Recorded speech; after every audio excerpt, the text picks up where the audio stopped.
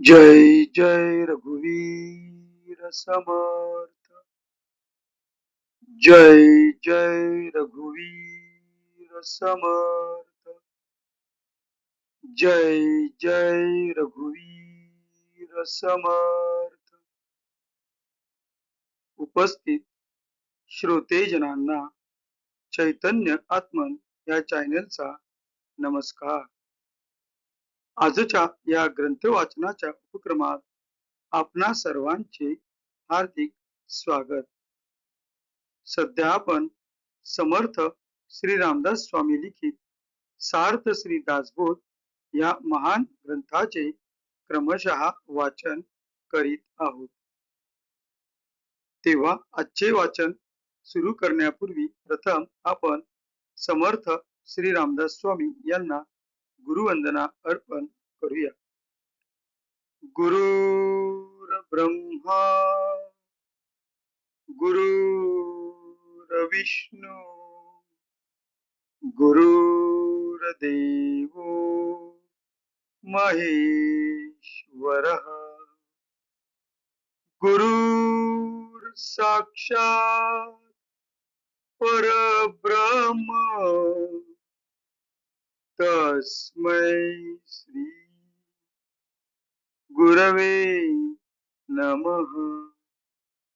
तस्मै श्री गुरवे नमः। तस्मै श्री गुरवे नमः। श्रोते हो, आजचा आपला ग्रंथ वाचनाचा दिवस क्रमांक 176। वार आहे गुरुवार व तारीख आहे 25 जून 2026। आता आपण या ग्रंथाच्या श्रवणाच्या फलश्रुतीचे महत्व जाणून घेऊया। या फलश्रुतीचे सुंदर असे वर्णन समर्थ श्री रामदास स्वामी यांनी त्यांच्या सार्थ श्री दासबोध या ग्रंथातील प्रथम दशकातील प्रथम समासात केलेले आहे। या फलश्रुतीचे वर्णन आता आपण वाचूया। सर्व संशय एकदम नाहीसे होऊन क्रियेमध्ये म्हणजे आचारामध्ये ताबडतोब फरक पडतो। इथे समर्थ श्री रामदास स्वामी आपणास सांगू इच्छित आहेत की जो कोणी व्यक्ती सार्थ श्री दासबोध या ग्रंथाचे नित्य नियमाने वाचन किंवा श्रवण करील त्या व्यक्तीच्या आचरणामध्ये त्या व्यक्तीच्या वागणुकीमध्ये ताबडतोब फरक पडतो। सायुज्य मुक्तीचे रहस्य कळून येऊन तिच्या प्राप्तीचा सुलभ मार्ग सापडतो। दुसऱ्या बिकट साधनांचे कारण पडत नाही। अज्ञान, दुःख व भ्रांती यांचा नाश होऊन तत्काळ ज्ञानाचा लाभ होतो, अशी या ग्रंथाची फलश्रुती आहे। योग्यांचे परमभाग्य असे वैराग्य अंगामध्ये बांधते। विवेक व चातुर्य यथा योग्य प्राप्त होते। जे कोणी संशयग्रस्त अवगुणी व अवलक्षणी असतील ते सुलक्षणी धूर्त तत्ववेत्ते चतुर व समयत्न असे होतील। आळशी असतील ते उद्योगी होतील। पाप्यांना पश्चाताप होऊन ते शुद्ध होतील आणि भक्ती मार्गाचे निंदक असतील तेही भक्ती मार्गाला वंदन करू लागतील। बद्धांचेच मुमुक्षु होतील व मूर्ख अतिदक्ष होतील। अभक्तांना भक्ती मार्गाच्या योगाने मोक्ष मिळेल। अनेक दोषांचा नाश होऊन पतित असतील तेच पावन होतील। तात्पर्य, हा ग्रंथ नुसता ऐकल्याने प्राण्याला उत्तम गती मिळेल। देहबुद्धीमुळे येणारे अनेक प्रकारचे धोके, संशयाचे अनेक धागेदोरे, संसारातील अनेक उद्वेग हा ग्रंथ ऐकल्याने नाश पावतील. हा ग्रंथ ऐकल्याने अधोगती चुकून मनास विश्रांती व समाधान मिळेल, अशी या ग्रंथाची फलश्रुती आहे. ज्याचा भावार्थ जसा असेल तसे त्याला फळ मिळेल. जय जय रघुवीर समर्थ. आता आपण सार्थ श्री दासबोध या ग्रंथाच्या क्रमशः वाचनास सुरुवात करीत आहोत. आजपासून आपण या ग्रंथातील दशक मंत्रांचा या 5व्या दशकातील बद्ध लक्षण या 7व्या समासाचे वाचन करण्यास सुरुवात करीत आहोत. आपणासमोर जे पृष्ठ दिसत आहे त्या पृष्ठातील दुसरा परिच्छेद श्रीराम या शब्दाने सुरू होतोय. तर तेथूनच आपण आजच्या ग्रंथ वाचनास सुरुवात करूया. श्री राम. सृष्टी जे का चराचर, जीव दाटले अपार, परिते अवघे चत्वार, बोली जेती एकतयांचे लक्षण, चत्वार ते कोण कोण, बुद्ध मुमुक्ष साधक को जान, बद्ध मुमुक्ष साधक जान, चौथा सिद्ध.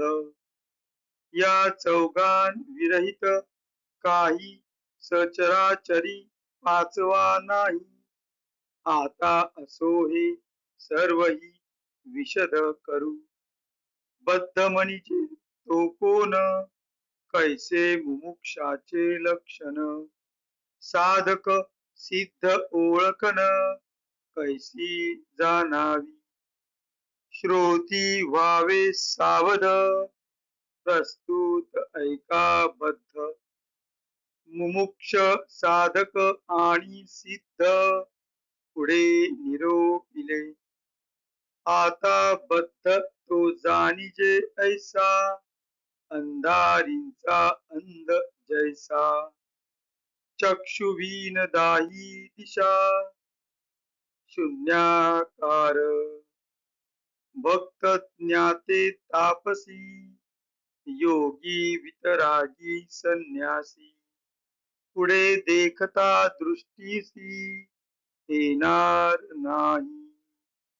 न दिसे नेने कर्मा कर्म, न दिसे नेने धर्मा धर्म, न दिसे नेने सुगम परमार्थ पंथ. कयास न दिसे सच्छास्त्र, सत्संगती सत्पात्र. सन्मार्ग जो का पवित्र, तोही न दिसे. न कळे सारा सार विचार, न कळे स्वधर्म आचार. न कळे कैसा परोपकार दान पुण्य. जय जय रघुवीर समर्थ. आता या 10 ओव्यांचा मराठीतील अर्थ आपण जाणून घेऊया. आपणासमोर जे पृष्ठ दिसत आहे त्या पृष्ठातील तिसरा परिच्छेद चराचर सृष्टीमध्ये 1 या अंकाने सुरू होतोय. तर तेथूनच आपण आजच्या मराठीतील अनुवादाच्या वाचनास सुरुवात करूया. चराचर सृष्टीमध्ये अनंत जीव भरलेले आहेत, तथापि त्यांचे 4च वर्ग आहेत असे म्हणतात. ते 4 वर्ग कोणते ते ऐका. बद्ध, मुमुक्षु, साधक व सिद्ध या चौघांशिवाय पाचवा वर्ग म्हणून चराचरांत कोणी नाही. ते असो. आता या सगळ्यांचे स्पष्टीकरण करू. बद्ध म्हणजे कोण? मुमुक्षूचे लक्षण काय? साधक व सिद्ध कसे ओळखावे? श्रोत्यांनी सावध होऊन प्रथम बद्धाचे लक्षण ऐकावे. मुमुक्षू, साधक व सिद्ध यांची लक्षणे पुढे सांगितली आहेत. आंधळा असून अंधारात चालणाऱ्या मनुष्याला दाही दिशा ज्याप्रमाणे शून्य असतात तसा बद्ध असतो.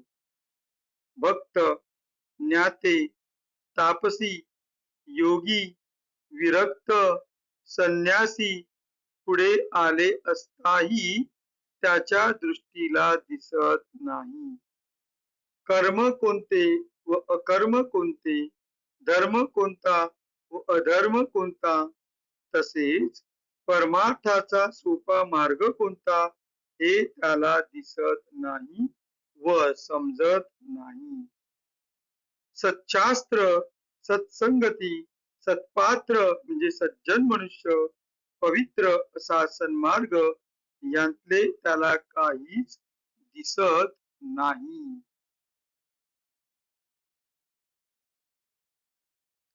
बद्धाला सारासार विचार, स्वधर्माचा आचार किंवा दान, पुण्य, परोपकार यांपैकी काही कळत नाही.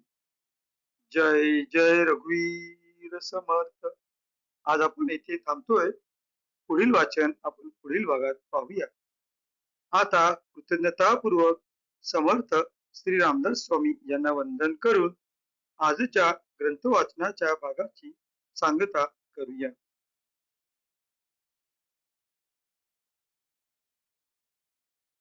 शुकासारिके पूर्ण वैराग्य ज्याचे, वसिष्ठापरी ज्ञान योगेश्वराचे, कवी वाल्मिका सारिका मान्य ऐसा, नमस्कार माझा सद्गुरु रामदासा.